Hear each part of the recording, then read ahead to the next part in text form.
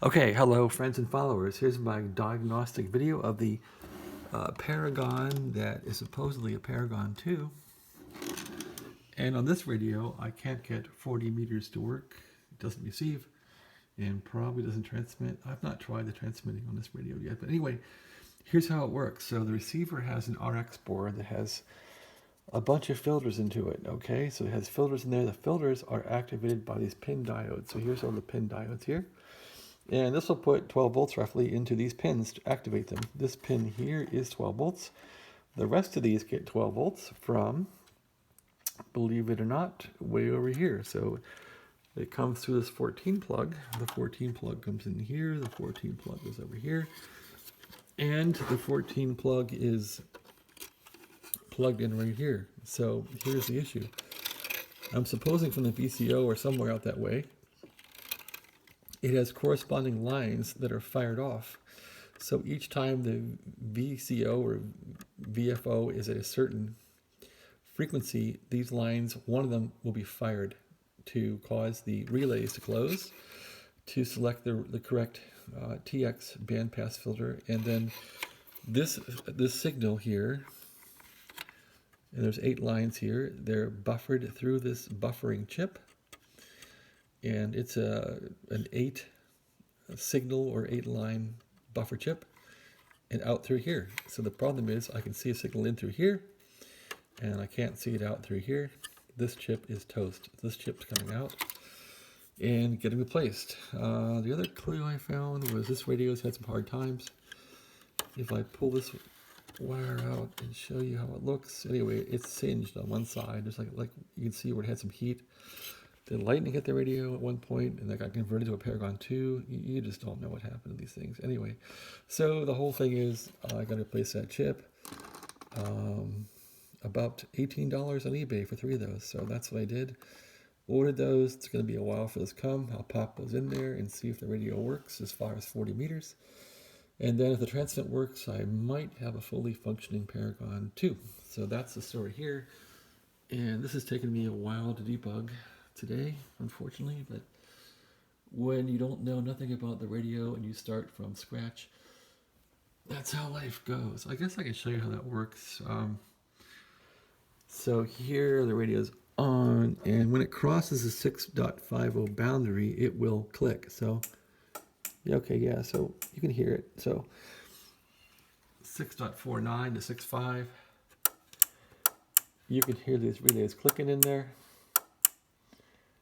I would think you should hear 2 of them, one going off, one going on, but you don't because one of the lines is bad. So I can put the meter here for my 40 meters. I think it's wire 4 here, so I go down. This is pin 1 right here on top. So 1, 2, 3, 4. Count down 4 of these here.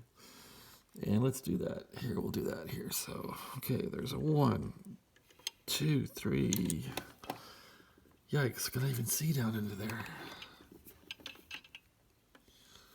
Did this before, that's how I checked it. Okay, 1, 2, 3, 4. 1, 2, 3, 4. Okay, there's pin 4, and it's got a tiny bit of voltage.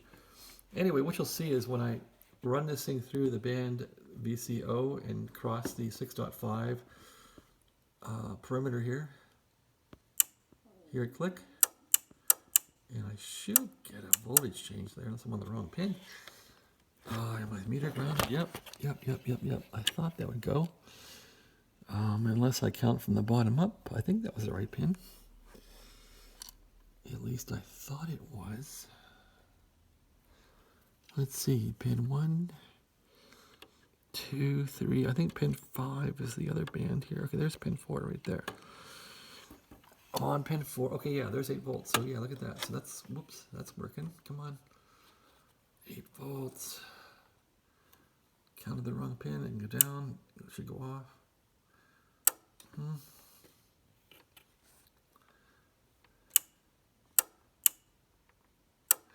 Well, I'm not seeing what I want to see here. The meter is going all over the place. Not sure why. Unless the battery's dead or it's picking up RF or something. I'm on DC.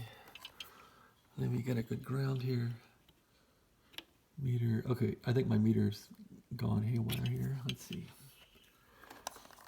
Meter's finally died. Let's reboot it. Ground it. So obviously my meter is taking a hike. Let's try and put the ground over here somewhere else. Like right there. And we'll ground it here. Oh, that's sort of reasonable. Okay, so let's try it again. Let's go down 4 pins. 1, 2, 3, 4. Right about there.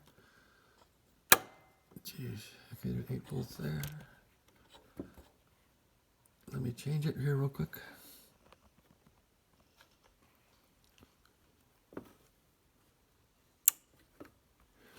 And it goes down. I don't think, okay, yeah, it went down. Okay, so that's working. Anyway, yeah, I'm on pin 4. That's how this works. I don't think there's capacitor or anything that's gonna make it go down slow. So anyway, yeah, that's how it works. And that voltage should be close to 10 or 12. But anyway, I should see that voltage here on pin 4 right here, and I don't see it.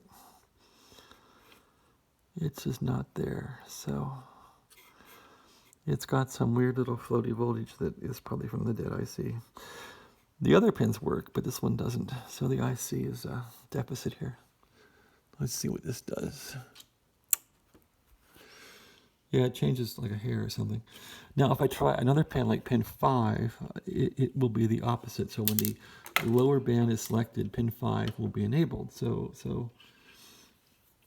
Or pin 4, I think. No, pin 5. Now I'm getting confused on what pin is right. But okay, let's check pin 5. Let's pick pin 5. 1, 2, 1, 2, 3, 4, 5. Let's see, 1, 2, 3. It's hard to get down in here with the meter.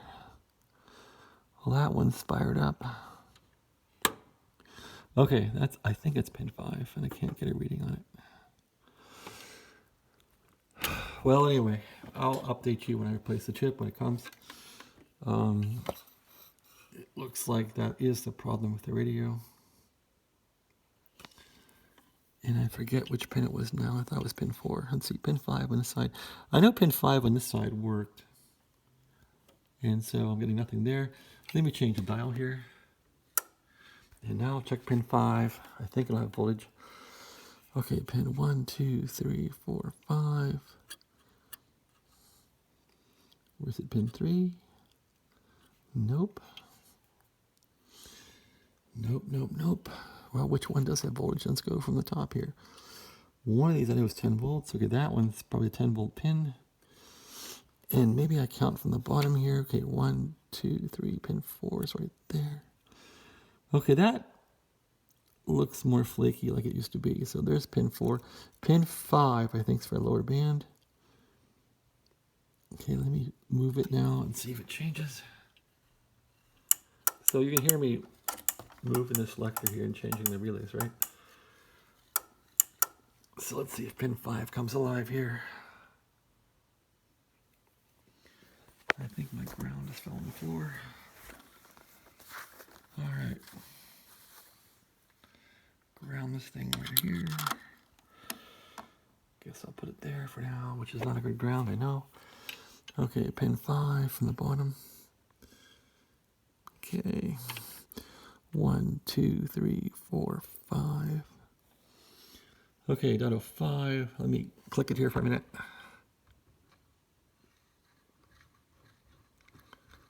No click. Let's see, no click, I'm the wrong way. Well, that's nice. 6.5. Okay, there it is. 6.5. Okay.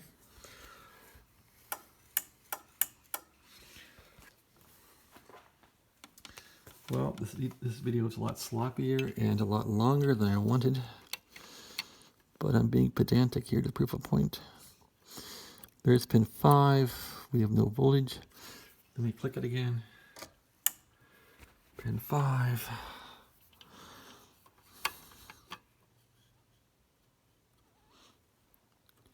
And there's no voltage.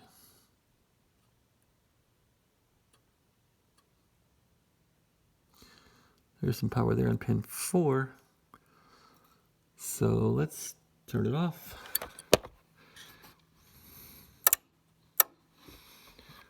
Okay, voltage goes down slowly. Take it back up. Voltage goes up slowly. That's pin 4. Okay, so that reacts, and now we're on what?